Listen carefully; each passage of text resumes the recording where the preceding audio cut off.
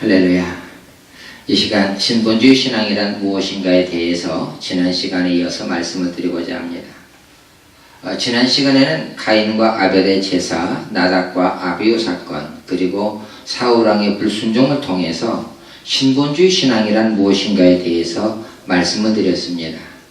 이 시간에는 인본주의 신앙과 신본주의 신앙이 어떻게 다른지에 대해서 말씀을 통해 살펴보고자 합니다.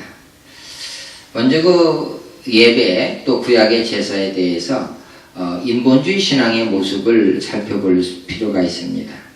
이사야 29장 13절 말씀에 보면 주께서 이르시되 이 백성이 입으로는 나를 가까이 하며 입술로는 나를 공경하되 마음은 내게서 멀리 떠났다. 그들이 나를 경외하면 사람의 계명으로 가르침을 받았을 뿐이라. 이렇게 책망하는 걸 볼 수 있습니다. 입술로는 하나님을 공경한다고 하면서 실제 생활에서는 하나님을 경외하지 않았다는 겁니다. 우상을 따랐다는 겁니다. 그리고 불신앙적인 생활 습관에 젖어 있는 그 모습을 보게 됩니다. 사실 이것은 오늘날 우리 교인들 가운데서도 신자들 가운데서 볼 수 있는 모습이기도 합니다. 새해가 되면 한 해의 운수를 살피기도 하고요. 또 점을 보고 직장이나 또 회사의 승진을 위해서 점을 보기도 하고요. 또는 결혼을 앞두고 궁합을 보기도 하고요. 이사 간다고 길이를 찾기도 하고, 이것은 다 전에 믿지 않았을 때 행하던 불신앙적 행위임을 우리가 깨달아야 됩니다. 하나님을 경외함으로써 우리의 생활이 오로지 하나님 기쁘시게 하는 생활로 바뀌어야 될 줄 압니다. 마태복음 15장 9절에 보면 사람의 계명으로 교훈을 삼아 가르치니 나를 헛되이 경배하는도다. 주님께서 그렇게 말씀하시는 걸 볼 수 있습니다. 바리새인들에 대한 책망인데, 바리새인들이 입술로는 그들의 경건을 자랑하지만 그들의 생활은 하나님을 경외함이 없이 자기들의 의만 내세웠습니다. 오늘날 우리가 주님을 섬긴다고 자기 열심을 자랑하고 어떻게 봉사하는지를 얘기하지만 정말 그 주님의 심정을 깨닫지 못하고 있다면, 또 우리가 주님을 섬긴다고 하면서 내 의를 내세운다고 하면 우리는 또한 바리새인들과 같은 인본주의 신앙에 빠지고 말 것입니다. 신본주의 신앙을 한번 보십시다. 사무엘상 7장 6절에 보면 그들이 미스바에 모여 물을 길어 여호와 앞에 붓고 그날 종일 금식하고 거기서 이르되 우리가 여호와께 범죄하였다 하니라. 이 말씀은 사무엘 선지자의 주도하에 이스라엘 백성에게 회개 운동이 일어났던 모습을 기록하고 있습니다. 이와 같이 신본주의 신앙이라는 것은 하나님 말씀 앞에서 내 자신을 비추고 겸손히 하나님의 은총을 구하는 그런 모습임을 알 수 있습니다. 예수님께서는 요한복음 4장 24절에서 하나님은 영이시니 예배하는 자가 영과 진리로 예배할지니라 말씀하셨습니다. 내 영이 하나님을 찾고 또 하나님의 은총을 구하여야 한다는 것입니다. 바울사도는 로마서 12장 1절에서 너희 몸을 하나님이 기뻐하시는 거룩한 산 제사로 드리라. 이는 너희가 드릴 영적 예배니라 그랬습니다. 이와 같이 내 자신이 하나님 앞에 살아있는 제물로서 날마다 내 자신을 드린다. 이것이 우리 그리스도인이 영적 예배자로서 오늘을 살아가는 자세라 할 수 있습니다. 기도 생활에 있어서 우리가 신본주의와 인본주의를 비교해 보고자 합니다. 인본주의 신앙의 기도 생활도 있습니다. 이스라엘 백성들은 주 2회 정기적으로 금식 기도를 하였습니다. 그들은 율법의 계명이 있는데 그 계명을 더 지나쳐 우리가 하나님 앞에 더 열심을 내겠다는 겁니다. 그런데 이런 두 번이나 금식을 하는 이런 것들이 사실은 하나님이 기뻐하시는 모습이 아니었습니다. 기쁘시게 하지 못했습니다.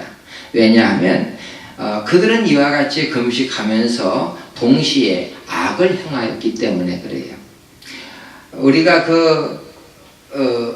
이 기도에 대해서 보면은 기도가 내가 열심을 낸다고 하나님께서 그것을 기쁘게 받으신다.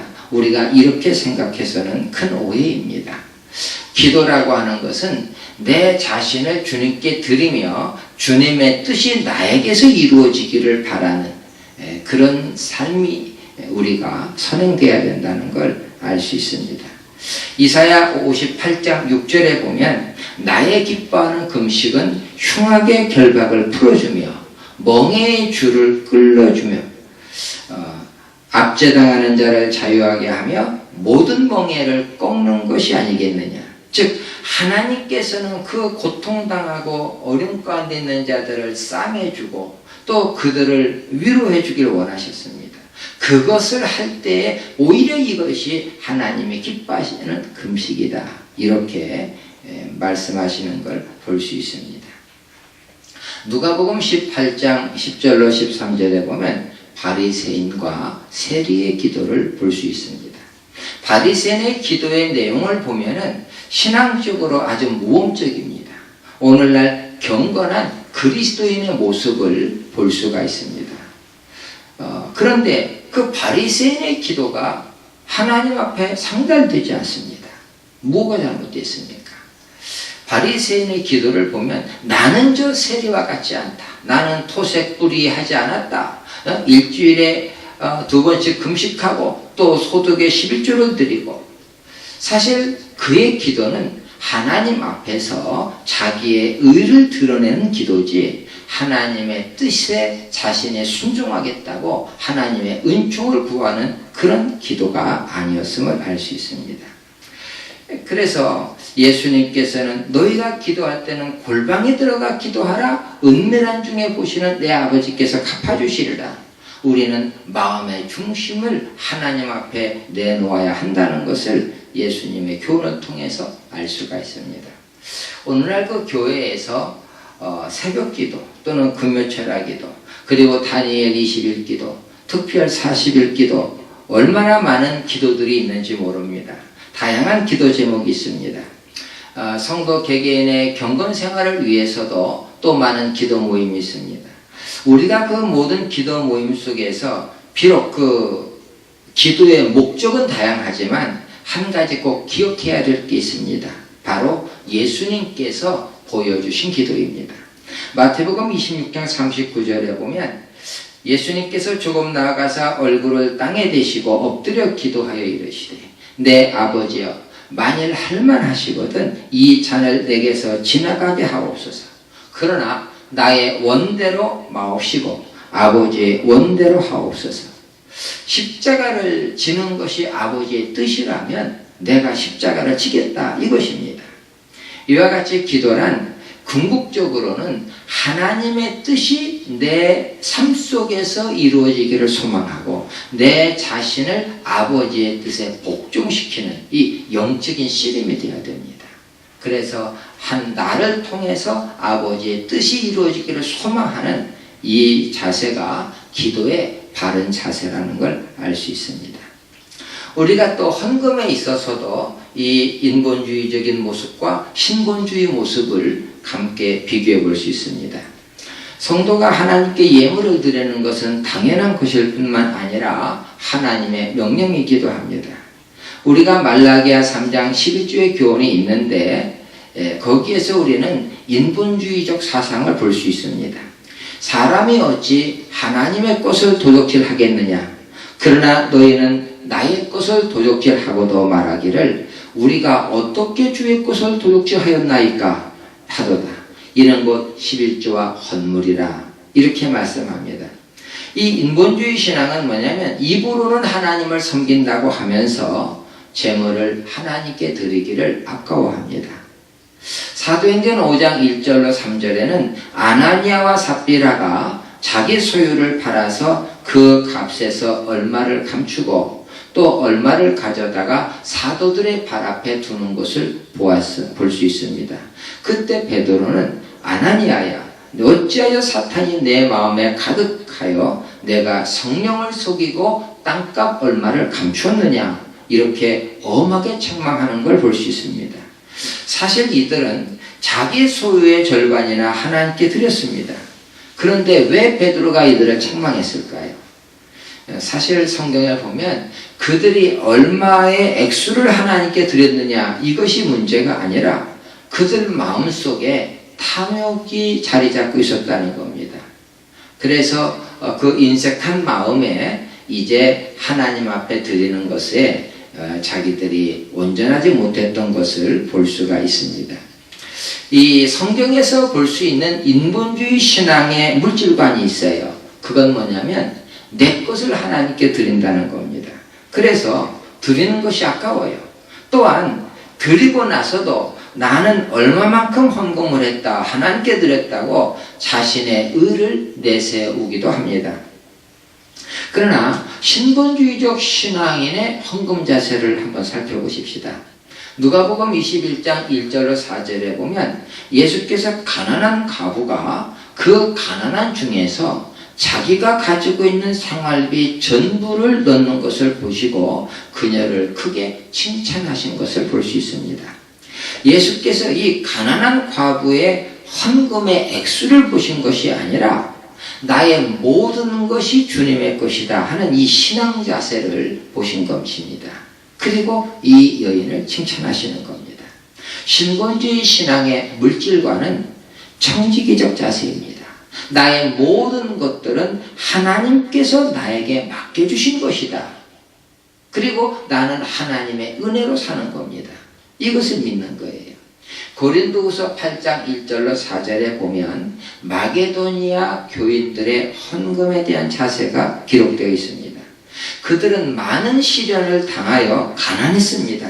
그런데도 넘치는 기쁨으로 그리고 힘에 지나도록 자원해서 풍성한 연보를 했습니다. 바울은 그들이 하나님의 은혜를 함께 나누며 성도를 섬기는 일에 함께 참여하였다고 크게 칭찬하는 걸 볼 수 있습니다. 우리는 사도 요한의 말처럼 말과 혀로만 사랑하지 말고 행함과 진실함으로써 그래서 하나님의 은혜를 필요에 따라 함께 나눌 수 있는 우리 성도들이 되어야 할 줄 압니다.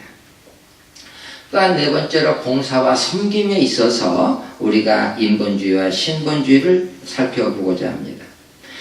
마가복음 7장에 보면 그 13절까지 예수님께서 책망하시는 것을 볼 수 있습니다.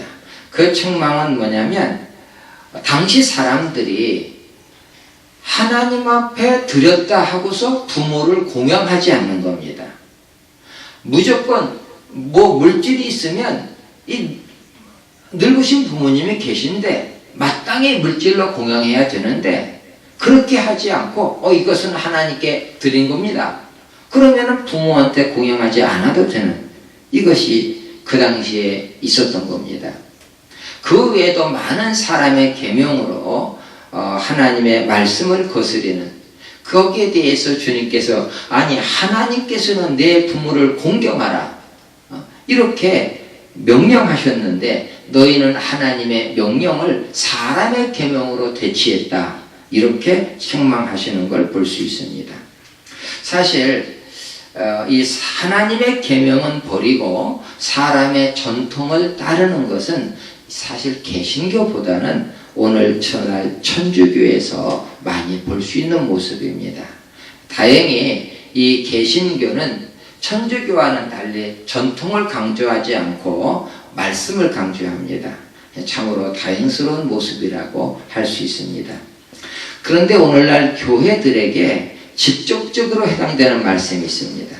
야고보 4장 15절의 말씀인데 너희가 도리어 말하기를 주의 뜻이면 우리가 살기도 하고 이것이나 저것을 하리라 한다는 겁니다. 이 말씀은 입술로는 주님을 찾으면서 마음은 세상적인 것으로 가득 찼다는 것에 대해서 야고보가 책망하고 있는 모습입니다. 야고보는 이들이 허탄한 생각에 사로잡혀 있다고 책망하였습니다. 사실 이 말씀을 보면은 한국교회가 말로는 주님의 뜻이라고 하면서도 돈이 없으면 성가대 유지가 안 돼요. 돈이 없으면 교회학교 행사를 하지 못합니다. 모든 것이 돈으로 해결되는 이것이 오늘날 교회의 모습입니다. 교회 안에 인본주의적 사고, 인본주의 신앙이 얼마나 깊숙이 침투하고 있는지를 우리가 깨달아야 될 줄 압니다. 사실 오늘날 또한 그 대형교회일수록 또 재정적인 여유가 많을수록 교회 안에 문화센터를 비롯해서 많은 프로그램이 있습니다. 그래서 불신자를 한 명이라도 더 전도할 수 있다면 얼마나 귀하냐, 이렇게 그들의 행위를 정당화합니다. 그런데 이러한 모습, 이런 전도 방법은 성경 어디에서도 찾아볼 수 없는 그런 전도 방법입니다. 오히려 바울의 전도관을 보세요. 유대인은 표적을 구하고 헬라인은 지혜를 구하나 우리는 십자가에 못 박이신 예수 그리스도를 전한다 그랬습니다. 고린도전서 1장 21절에 보면 하나님의 지혜에 있어서는 이 세상이 자기 지혜로 하나님을 알지 못하므로 하나님께서 전도에 미련한 것으로 믿는 자들을 구원하시기를 기뻐하셨도다, 이렇게 말씀했습니다. 그런데 대형교회일수록 이 세상 지혜로서 전도에 하는 그 확장을 또 박차를 가하는 것을 보게 됩니다. 그런데 이 방법, 이 세상적인 지혜는 교인 수가 증가할지는 모릅니다. 그러나 신자들이 복음의 능력을 체험하는 일에는 오히려 방해가 된다는 것을 우리가 깨달아야 됩니다. 초대교회를 통한 성도들의 모습을 살펴보시기 바랍니다.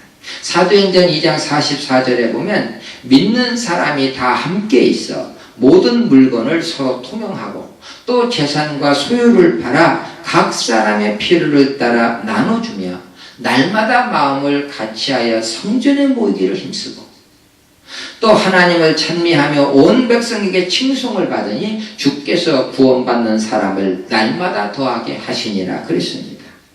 이들의 신앙생활을 보면 하나님의 뜻이 무엇인지, 하나님께서 무엇을 기뻐하시는지 밝히 깨닫고 있었다는 것을 알 수 있습니다. 오늘날 교회는 봉사와 섬김의 방법이 근본적으로 바뀌어야 합니다. 생각부터 바꿔야 합니다. 성경의 원리를 바로 이해하고 성경대로 우리가 전도할 수 있는 그런 교회, 또 그 신자들이 되어야 할 줄로 믿습니다. 이상의 말씀들을 보면 우리는 성경에서 인본주의 신앙과 신본주의 신앙이 어떻게 다른지를 깨닫게 됩니다. 내가 섬긴다고 하나님께서 다 기뻐 받으시는 게 아니라는 겁니다. 참된 신앙이라는 것은 하나님의 말씀에 근거하여 하나님의 뜻에 온전히 순종해야 하는 것을 알 수 있습니다. 인본주의 신앙은 세속적인 인본주의와는 다릅니다. 세속적인 면에서 인본주의라는 것은 휴머니즘의 기본 바탕을 두고 있습니다. 그런데 인본주의 신앙은 언제나 하나님을 찾습니다. 그리고 그것이 제사든 예배든 종교적인 틀을 갖고 있습니다. 그러기 위해서 영적으로 깨어있지 않으면 이 스스로 속기가 쉽습니다. 주의를 한다고 다 하나님의 뜻이 아닌데 하나님의 뜻으로 생각하게 되고 또 하나님이 기뻐 받으실 걸로 생각하는 겁니다. 하나님의 방법, 하나님의 말씀에 근거한 것이 우리의 행동 원리, 우리의 삶의 지침이 되어야 하는 겁니다. 오늘날 우리가 교회 생활을 보면 교회에서 갖는 여러 가지 행사들, 모임들 참 많습니다. 또 신자들 개개인이 교회 생활에 참여하고 봉사하는 많은 부분들이 있습니다.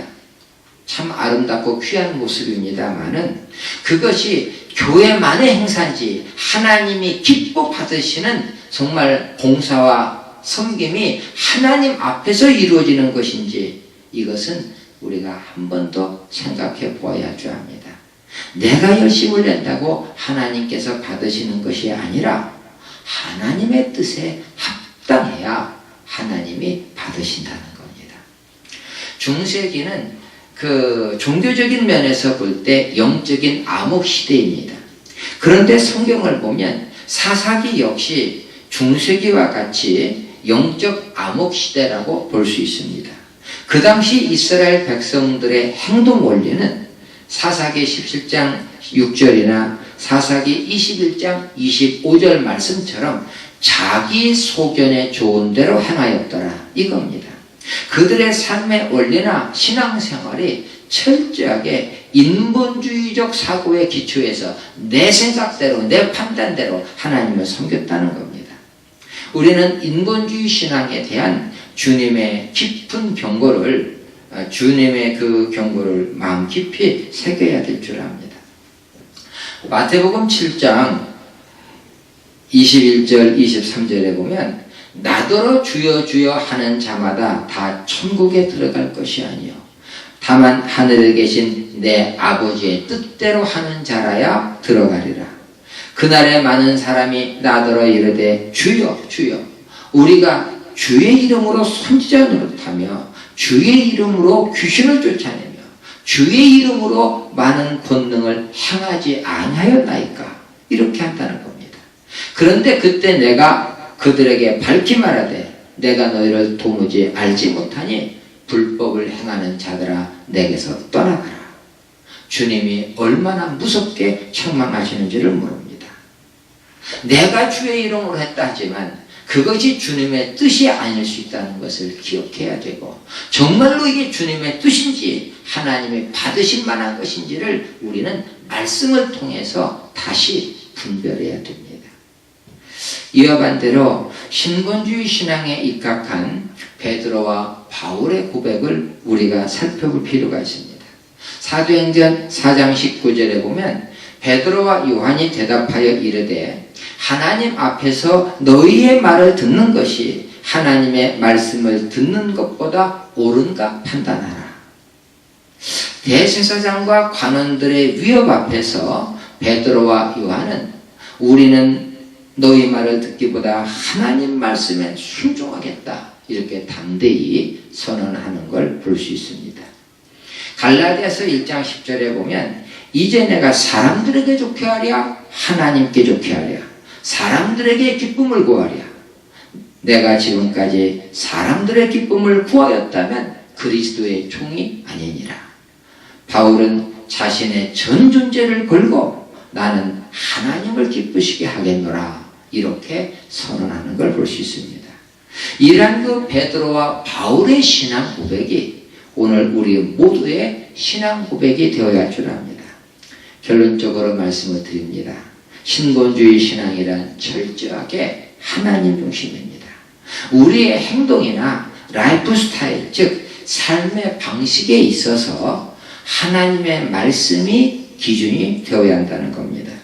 내가 하나님을 기쁘시게 하자, 하나님께 열심을 내자, 나의 이러한 생각을 나의 입장이나 나의 형편 속에서 하지 말고 하나님 말씀을 통해서 하나님이 이걸 기뻐하시는구나, 이걸 원하시는구나, 내가 주 앞에 순종하자, 주께 충성하자, 이렇게 우리의 생각, 우리의 의지가 바뀔 때 이 신본주의 신앙이 하나님을 영화롭게 하고 또한 우리의 영혼을 살리는 믿음이 될 것입니다.